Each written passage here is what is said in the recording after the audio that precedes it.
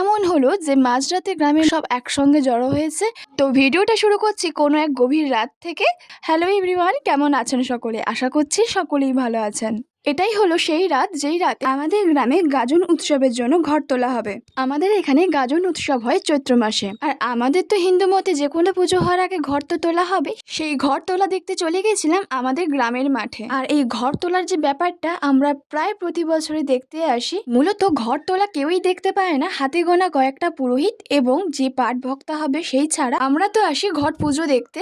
যেদিন রাতে ঘর তোলা হয় সেদিন রাতে আমরা তো মোটামুটি ঘুমোই না, মাঝরাত অব্দি কান থাকে মন্দিরের দিকে যে কখন ঢাক বাজবে আর আমরা বেরিয়ে যাব ঘট পুজো দেখতে। পুজোর জন্য এখানে ফাটানো হচ্ছিল বোম, কিন্তু এগুলো তো শুধুমাত্র নাম মাত্র। আর কয়েকদিন পর যখন এখানে নীল মেলা হবে তখন সারা রাত হবে আতশবাজির খেলা। এমনিতেও আমাদের গ্রাম নীলরাত্রি মেলার জন্য ভীষণ বিখ্যাত। বোম ফাটানো দেখতে দেখতে এখানে পুজো শুরু হয়ে গেছে। ইচ্ছে তো ছিল শেষ অবধি দেখার, কারণ শেষে হয় চাল কুমড়ো বলি, 16 ভক্তা নাচ, আরো কত কি, সেগুলো তো দেখতে আরো ভালো লাগে। শেয়ার করলে আরো ভালো লাগতো, কিন্তু শরীর তেমন ভালো না থাকার কারণে বাড়ি চলে আসতে হলো।